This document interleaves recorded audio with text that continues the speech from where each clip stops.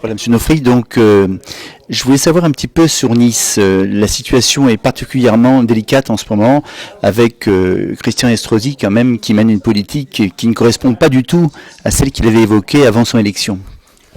Écoute, effectivement, Christian Estrosi s'est fait élire sur un malentendu.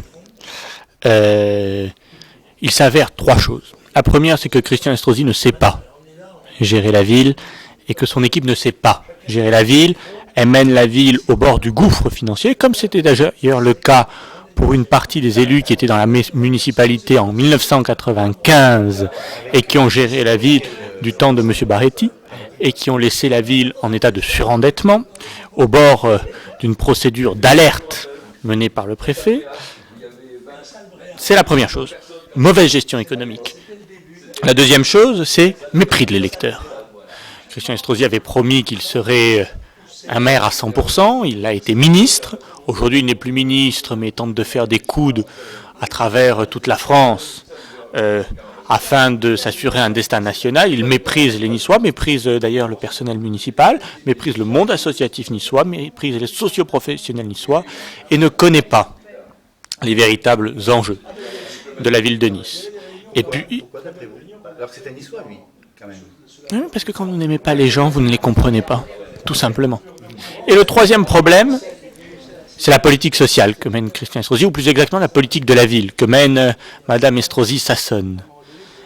Je rappelle, son ex-femme, je rappelle que la ville de Nice consacre des dizaines de millions d'euros à une politique de la ville tournée exclusivement vers le monde immigré.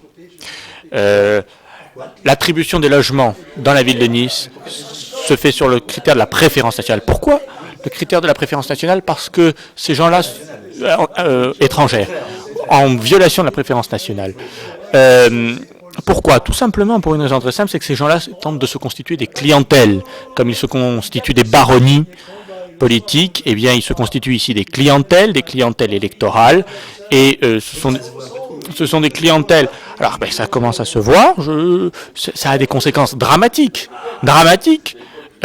Ce sont les mêmes choix de politique de la ville qui ont été menés, qui ont conduit à faire ce qui est devenu l'Ariane, ce que sont devenus les moulins, ce que sont en train de devenir, ce que risque de devenir Pasteur. Nous nous sommes opposés à l'ouverture d'un centre pour toxicomanes à Pasteur, mais si nous n'y prenons pas garde, Pasteur deviendra ce qu'est devenu l'Ariane, ce que devient Bon Voyage, ce qu'est devenu les moulins.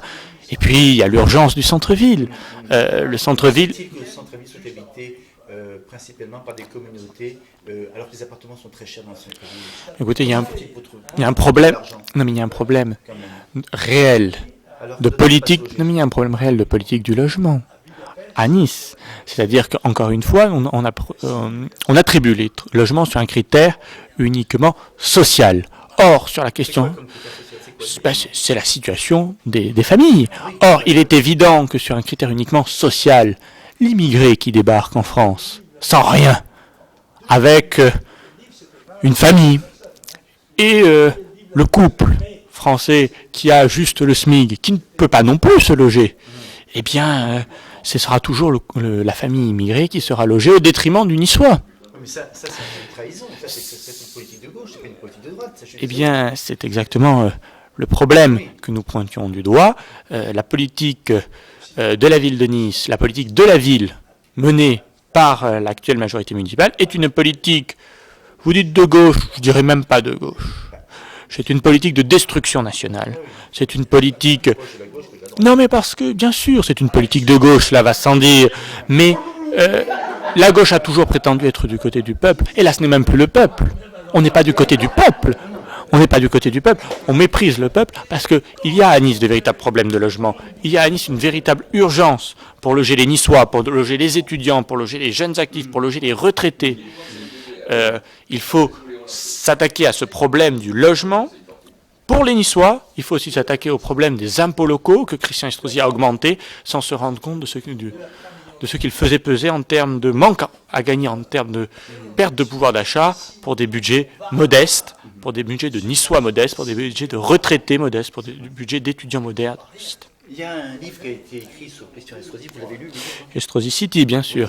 Un excellent livre de Philippe Carlin. Est-ce que ce sont des faits avérés? Écoutez, je crois, à ma connaissance, que l'ensemble des faits n'ont pas fait l'objet de procédures. Il y a peut-être, je crois, 2 procès en cours, mais qui ne portent pas sur le fond de l'affaire. Donc il n'y a pas de preuve, en fin de compte. Il n'y a aucune preuve. Bah écoutez, s'il n'y a pas de procès, je présume que qui ne dit mot consent. Oui, c'est ça. Donc, en tout cas, ce qui est certain, c'est que la gabegie financière qui touche la ville de Nice est gravissime. Je vais sortir d'ailleurs ce mois-ci, au mois de novembre, un ouvrage sur la politique en général et la politique de la ville de Nice en particulier, où je dénoncerai un certain nombre de choix qui m'apparaissent dangereux pour les finances de la ville.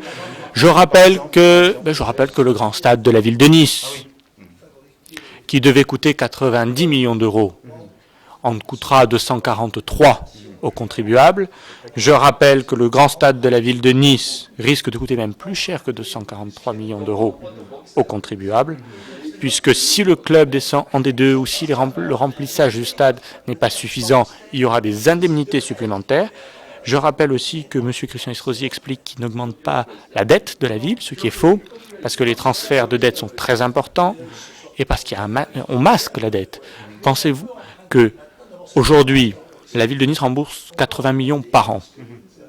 Et avec l'affaire du grand stade, ça ne s'appellera pas du crédit, ça s'appellera un loyer, mais ce sera 8 millions d'euros, c'est-à-dire 10% de la dette déjà existante. Tout à fait. Et au niveau de la sécurité, on sent quand même une insécurité aussi grandissante dans les tramways, dans les... Oui.